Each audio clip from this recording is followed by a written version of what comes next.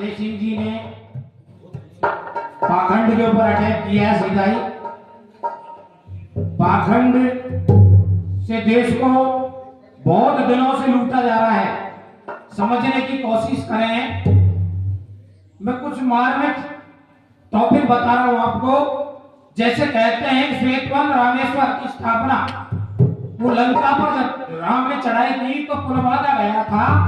अब गौर करने की आवश्यकता है, जब सीता स्वयंवर हुआ था तो उस लंकापति रावण को निमंत्रण देने के लिए कौन गया था? वो किस रास्ते से गया था, है ना? तो लंका, जनक जी के पास कोई ऐसा विमान नहीं था जिसमें बैठा कर किसी को वहां भेज देता। वो जिस रास्ते से गया था उसी रास्ते से राम की सेना भी जा सकती थी। हनुमान जी अपना आकार बढ़ा सकता था, बढ़ाता था, और 100 योजन तक का आकार का विस्तार है उसका, यानी 400 कोस किलोमीटर 1200, जबकि भारत और श्रीलंका के मध्य 55 किलोमीटर की दूरी है बात। इस ऐसे झूठे खेल से हमको ठगा गया है। हम जो खाते हैं सबका मर बनता है, पीते हैं सबका पेशाब बढ़ता है, खाने से, फल खाने से गाय के बच्चा, हनुमान का अंश खाने से मकड़ी के मकर ध्वज, पारासर का अंश खाने से मछोदरी मछली कैसे, नजर से पांडव और तीनों भाई हुए थे। अतः यहां समझने की कोशिश करें। मैं सीधा कह नहीं सकता, डंडा अंडा दो मिले, जब रोचक बनी कहानी, रोचक से भोचक भयो, जब आई जीव विचार। इस प्रकार जीव पैदा हुआ है और हम लोग इस संसार में जो कुछ दिखाई दे रहा है, जिसको परमात्मा ने बनाया है उसी को पूजना चाहिए। मनुष्य के द्वारा बनी हुई चीज को नहीं पूजना चाहिए।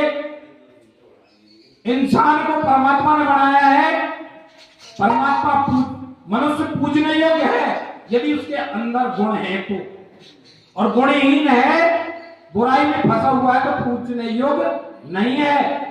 और मनुष्य जिस मूर्ति को बनाता है वो मूर्ति का बाप मनुष्य है। मनुष्य की अनदेखी करके, मनुष्य की जड़ें काट के, उसको परेशान करके यदि कोई मूर्ति पूजता है तो कोई उसको फलाभूत नहीं हो सकती। पहले मनुष्य का सुख दुख सबको समझे, उसकी मदद करे और उसको परेशान नहीं करे, उसका हक नहीं छीने, यही खास बात है। अब विचार ये आता है कि हम भजन किसका करें। तो संसार का कोई धर्म ये नहीं कहता दो परमात्मा है। हमें परमात्मा के गुण हैं। परमात्मा है सर्वज्ञ, सब कुछ जानने वाला, घट घट की बात जानने वाला, और जिनको हमारे धर्म ग्रंथों में परमात्मा का स्वरूप दिया है। भगवान राम को ये क्यों नहीं पता कि रावण की नाभि में अमृत है? वो सर्वज्ञ है, सब कुछ जानने वाला है, तो उस नाभि में अमृत कुंडी का क्यों नहीं पता चला? क्षमा करना किसी को, क्यों जो जागृत नहीं है वो जरा ये सोचेगा कि गलत बोल रहा है। परमात्मा सर्वज्ञ है तो उसको यह क्यों नहीं पता इन 7 पेड़ों के नीचे बाली का काल छुपा हुआ है। परमात्मा जग का पालनहार है तो वो सबका पालन करता है, तो भगवान राम ने अपने सगे पुत्रों का पालन क्यों नहीं किया? परमात्मा दयालु है, सब पर दया करता है, तो सिंधु ऋषि को तपस्या करते हुए उसकी हत्या क्यों की? क्या उसका खेत जो था? समझने की कोशिश करें। परमात्मा विकार रहित है, उसमें किसी प्रकार का दोष नहीं है, ये परमात्मा के गुण है। तो अपने साम्राज्य के विस्तार के लिए अश्वमेध यज्ञ करना, और कि इस घोड़े को जो पकड़ेगा भगवान श्री राम से युद्ध करेगा, क्या ये बेकार नहीं है?